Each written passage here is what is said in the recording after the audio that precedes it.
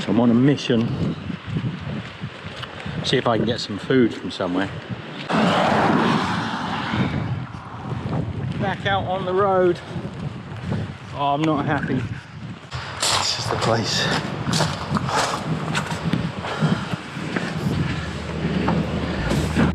And can you trust that you won't blow away in the wind? I've had a very relaxing day. We've done. Oh, you've done nothing. I've been for 2-3 kilometre walk in the rain again, but to get food. But we got food. We're doing good. We're going to share a can of ambrosia rice pudding for our dessert, which will set us up for the night. So it could have been a lot worse. My face is very red. My face is red, is it? Yeah. Cheryl says my face is red. It would be. We've been walking into wind. I think it is wind rather than sun. Yeah. So we've had a bit of an upgrade to a little, it's a container. It's another little shed area, but we've got this seated area here. We're quite close to the bathroom, so that's quite handy, and we've got a key to the bathroom. And this is a big upgrade, gone deluxe. The thing is, it's still a bit cold and a bit. The guy did actually Ken hoped that the electric would be working in here.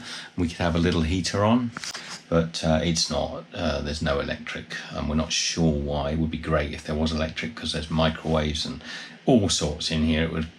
The whole place would come alive. But for the now, it's out of the wind and it's out of the rain. We're doing okay.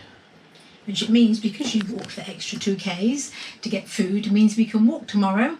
Hopefully not going to be raining, just a little bit in the morning, and then it's going to clear, I think, until later in the evening. So fingers crossed we can walk tomorrow and get some Ks in. Hope so, and we can put dry clothes on tomorrow and not get them wrecked. So everything we're wearing today will go in a wet bag. All right, good night.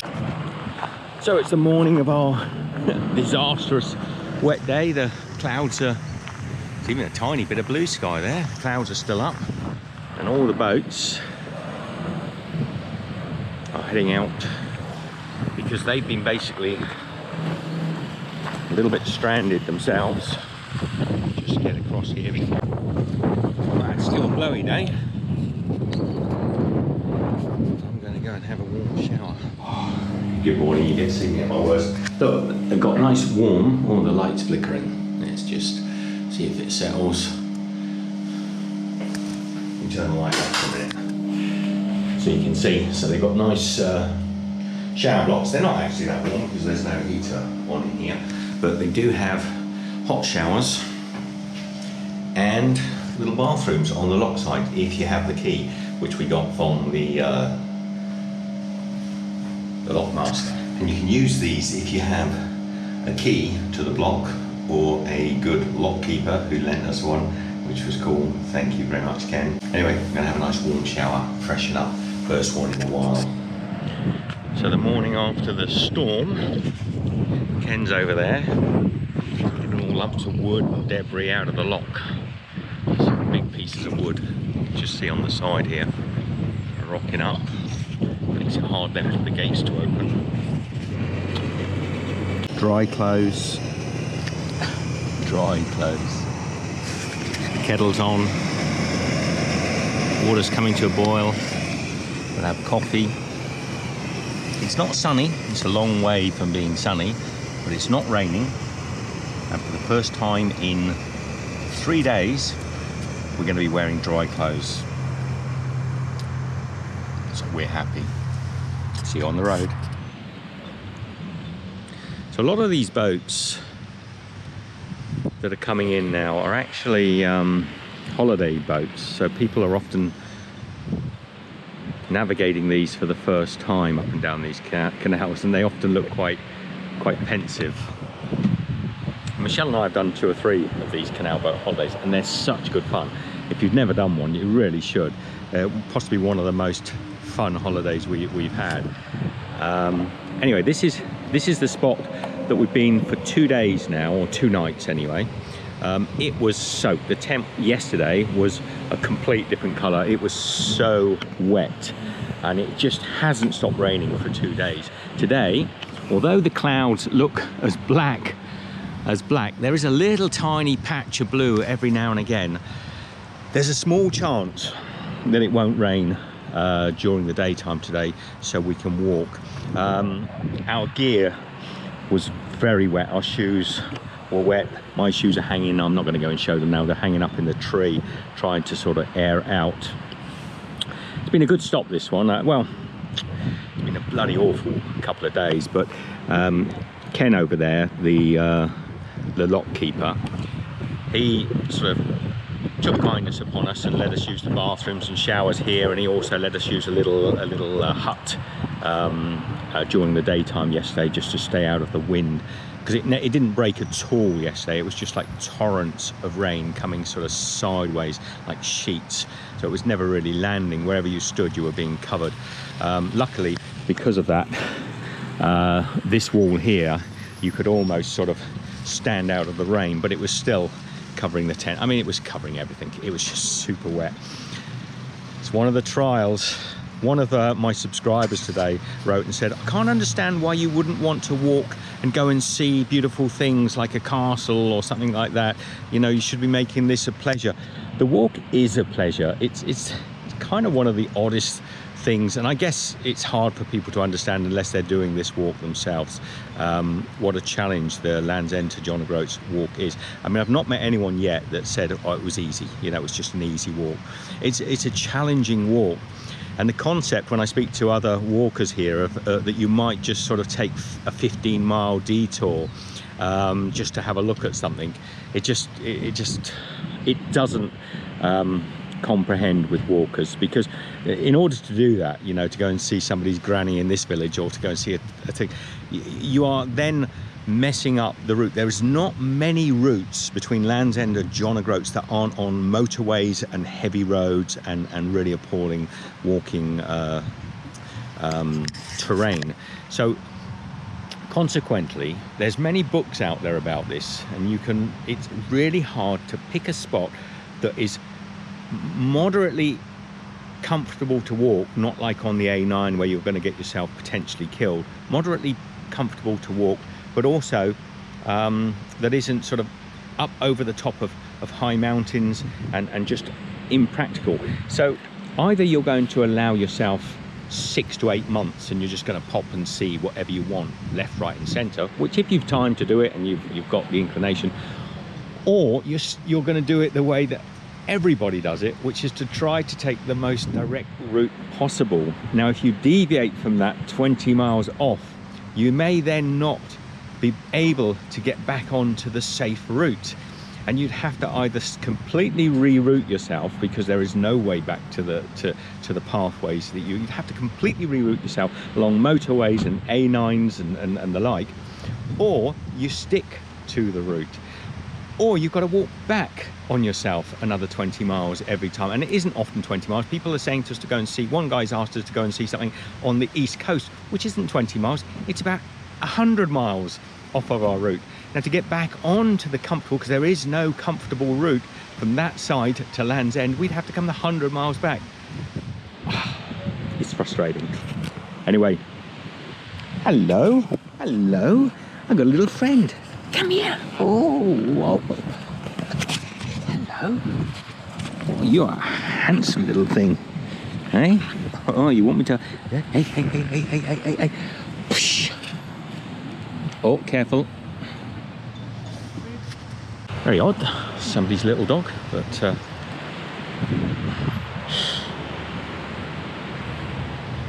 my Lord. They're not taking care of those dogs there, or even taking any note of them. That dog, one of those little dogs, almost got run over. We're almost done. Bags are packed. Let's get out of the wind. We've got to go over and say thank you to Ken for being such a good host, good lock keeper.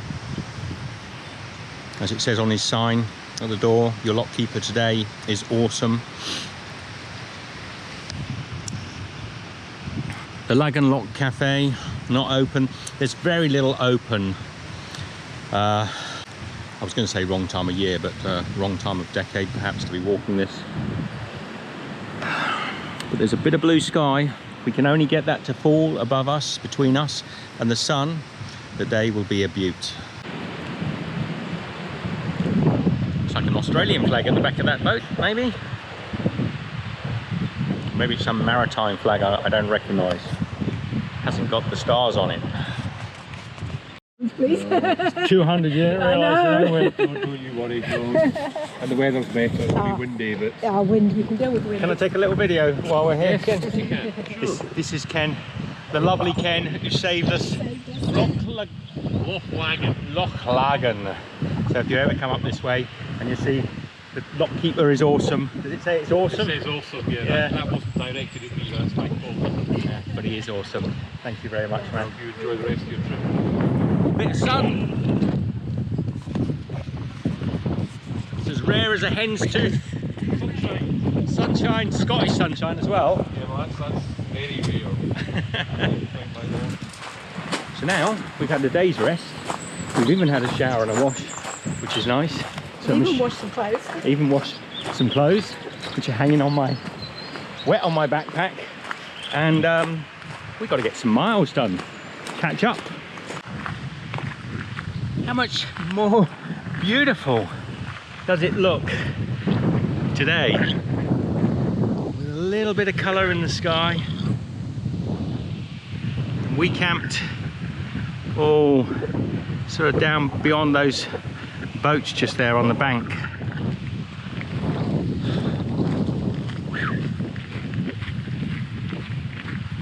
What a difference a little bit of dappled sunlight makes.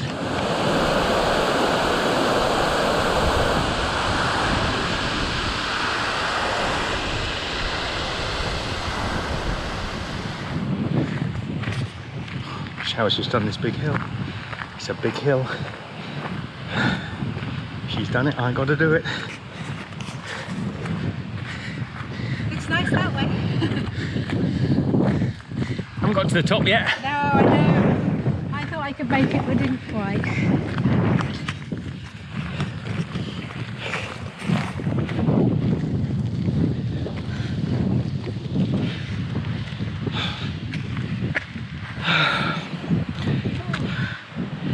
Do remember we're carrying full packs full of water, the extra 3 kilos, probably about 18, 19 kilo packs today. I think I'd struggle on that hill without a pack on. Would you? Yeah. I don't think you would today. Well, maybe not. If you didn't have your pack on, you'd run up that hill.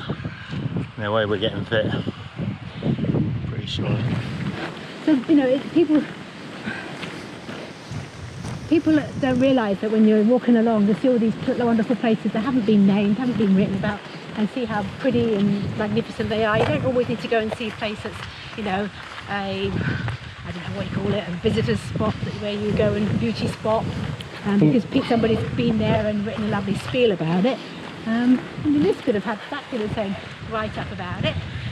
Generally, and we are travellers, I mean you can't say Michelle and I don't know a little bit about travelling. This last bit of travelling we've done has been over 5 years now. We're getting up to our 6-year mark, beginning of next year, and so we know a fair bit about travelling.